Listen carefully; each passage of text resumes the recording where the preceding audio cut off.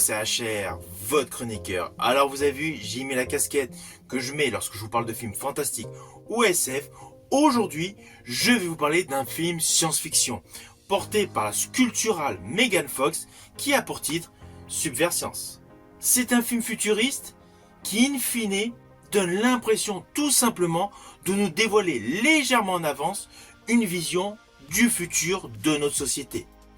Avant d'aller plus loin, n'oubliez pas, si vous n'êtes pas abonné, pensez à le faire. Pensez à la petite cloche pour les notifs, tout simplement pour être au courant dès que je publie une vidéo. Et pensez également à mettre tout bêtement votre commentaire. Let's go!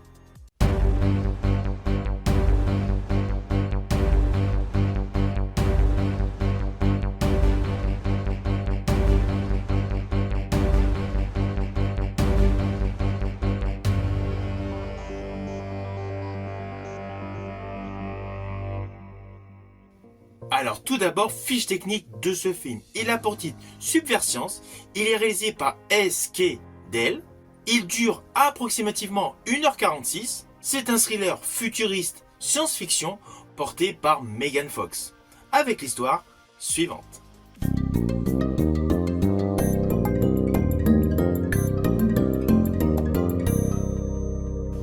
Alors je vais vous faire de manière simpliste. Nous découvrons un petit couple, Nick et Maggie, et leur fille, qui vivent en parfaite harmonie. Malheureusement, Maggie, l'épouse, la mère de famille, tombe malade. De ce fait, Nick décide tout simplement d'acheter un robot pour s'occuper de sa fille. Le robot est interprété par Megan Fox.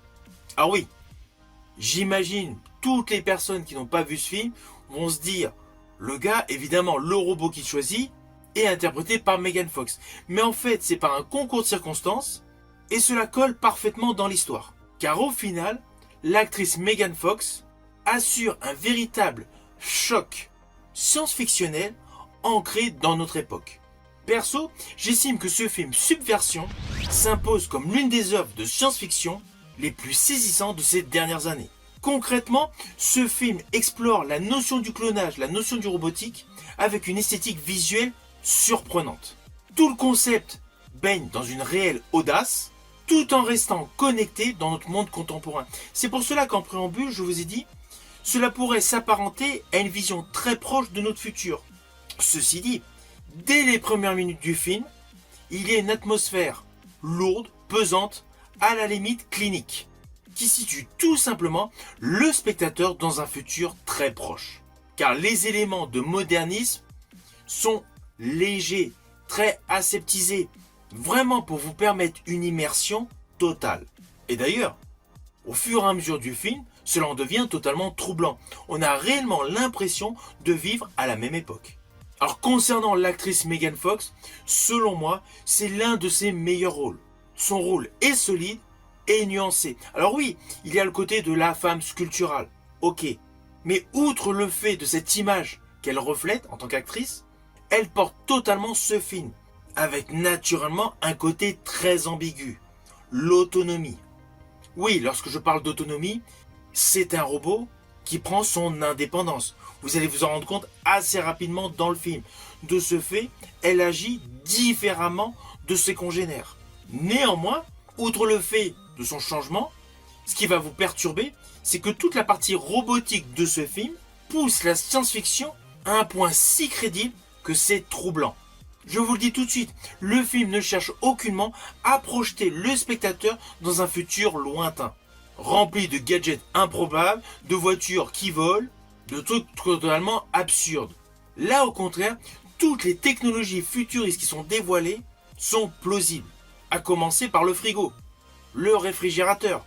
Son écran hologramme n'est pas si poussé par rapport à ce qui existe aujourd'hui. Tout le film baigne dans de la technologie immersive qui paraît réelle, en s'inspirant tout simplement de la biotechnologie actuelle, de l'IA et des manipulations génétiques. On va pas se mentir, cette proximité confère au film un statut immersif. C'est indéniable. Lorsque vous allez regarder ce film, vous aurez l'impression d'être dans un sujet de prémonition. Alors oui, il y a eu pléthore de films avec de la robotique, avec de l'IA. Ça commence déjà largement à émerger.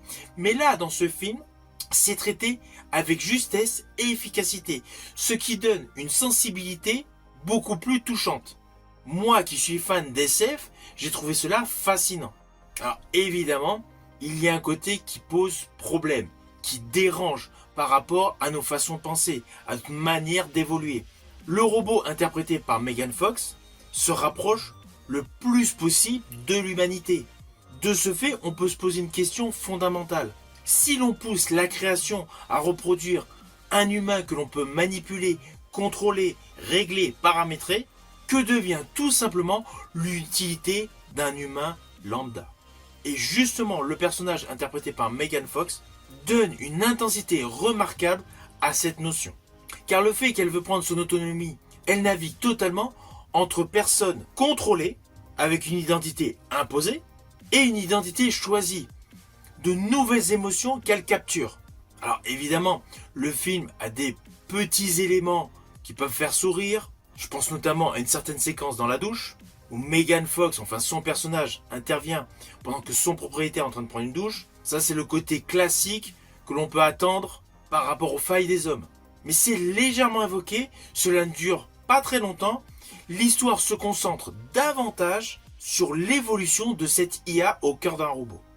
Ainsi, tout au long de ce film, il y a pléthore de scènes choc, de la transition robot-homme, enfin robot-humanité, et surtout une démonstration des conséquences du clonage, de la robotique, de la déshumanisation. Avec tout ce que ça implique en termes de conséquences, les conséquences physiques et les conséquences psychologiques. Alors malgré que Megan Fox interprète un robot, ne vous attendez pas à des scènes de combat comme elle a fait jadis dans Expendable 4 et dans Rogue. Cela n'a rien à voir. Certes, il y a 2-3 petites scènes d'action, mais légères, mais le film est davantage axé sur son changement de comportement vis-à-vis de la famille qu'elle a intégrée en tant qu'objet. Car n'oublions pas, au début, c'est un objet. Elle est là uniquement pour s'occuper de la jeune fille. Et malgré que ce soit un robot, elle a tout un côté qui paraît vulnérable, voire fragile, mais déterminée. Ce n'est pas la femme soldat d'Expendable. C'est une femme en quête d'elle-même dans un monde qui cherche tout simplement à se redéfinir. Alors désolé pour ma voix, j'ai toujours ce petit rhume que je n'arrive pas à me détacher. Mais bon, sachez que dans ce film, en fait, elle a un véritable jeu subtil qui n'a rien à voir avec ses autres compositions cinématographiques. Elle assure de micro-expressions, des silences, des regards pesants et surtout une ambivalence morale. Son rôle est totalement immersif. À cela s'ajoute une réalisation topissime, beaucoup de plans serrés, peu de plans larges. Les plans sont si serrés que le cadrage en fait rajoute un effet oppressant. En fait, c'est pour déterminer tout simplement une perte de contrôle, une perte de liberté de l'ensemble des protagonistes et surtout une colorimétrie aseptisée. On est davantage sur des tons gris, noirs et blancs. Tout est aseptisé, tout paraît métallique. En fait, même la maison, la représentation du foyer d'un jeune couple, ne représente pas vraiment la chaleur humaine. Tout est fait dans ce film pour laisser transfigurer une sorte d'âme complètement glaciale. Ne vous attendez pas à voir des plantes vertes de partout, non. Il n'y a pas de couleur chatoyante dans ce film. Essentiellement, des bâtiments sombres, des bâtiments gris, beaucoup d'écrans, beaucoup de technologie, peu d'espace ouvert. Une bonne partie du film, on a l'impression d'être en confinement. Ce qui, par le biais des couleurs désaturées, installe pleinement une ambiance anxiogène. Alors sur un point de vue cinématographique, il y a pas mal d'éléments de décor, d'ambiance, qui rappellent le fabuleux film sur la robotique Ex Machina. Toute la colorimétrie se rapproche pleinement de ce film. La palette graphique et la patine s'en retrouvent extrêmement lissées et aseptisées. On est complètement dans une tonalité brute et non organique. Alors ceci dit, ce n'est pas un action movie. Il y a un côté très philosophique, très métaphorique sur le devenir de l'espèce humaine. Mais ce film n'a aucun temps mort. Il est tout simplement construit comme un véritable puzzle qui s'emboîte pièce par pièce, avec fluidité. Car chaque séquence, en fait, apporte un nouveau élément. Alors par ailleurs, j'ai aimé les différentes origin stories qui se greffent au fur et à mesure des différents protagonistes. Naturellement, je ne vais pas du tout vous les dire, mais cela apporte une plus-value scénaristique à l'histoire. Ceci dit, pour apprécier pleinement ce film, faut évidemment aimer tout ce qui est film SF, mais principalement avoir apprécié le film Clone avec Bruce Willis. En fait, on est dans la même mouvance, avec un côté hyper réaliste et un côté ultra technologique, qui fait froid dans le dos. Car ces deux films ont selon moi un point identique implacable, c'est la fragilité entre l'identité réelle et l'identité artificielle.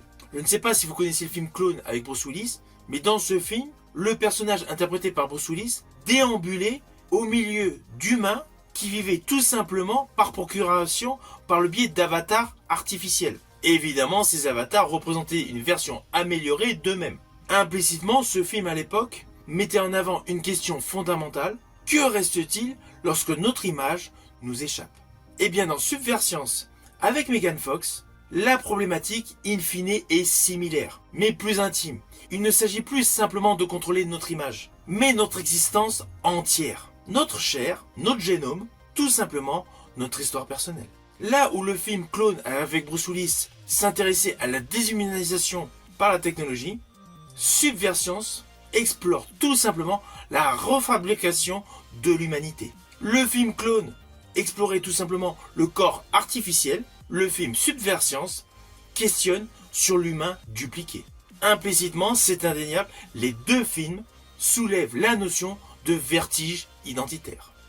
Ainsi, ce film Subversience, sans être le plus grand film SF de tous les temps du 7e art, est une véritable pépite. C'est un film incontournable qui présente une réelle pertinence scientifique, une tension dramatique et une beauté visuelle, car tout l'esthétique de ce film est top. Outre le fait d'être très bien réalisé, d'être très bien photographié et très bien interprété, ce film pose de très bonnes questions et même les amateurs de science-fiction peuvent s'y accrocher. Car on n'est pas dans un action movie, je tiens bien à le préciser, on est vraiment dans un film SF porté par une belle distribution avec une histoire convaincante ancrée dans un futur qui n'est pas si loin.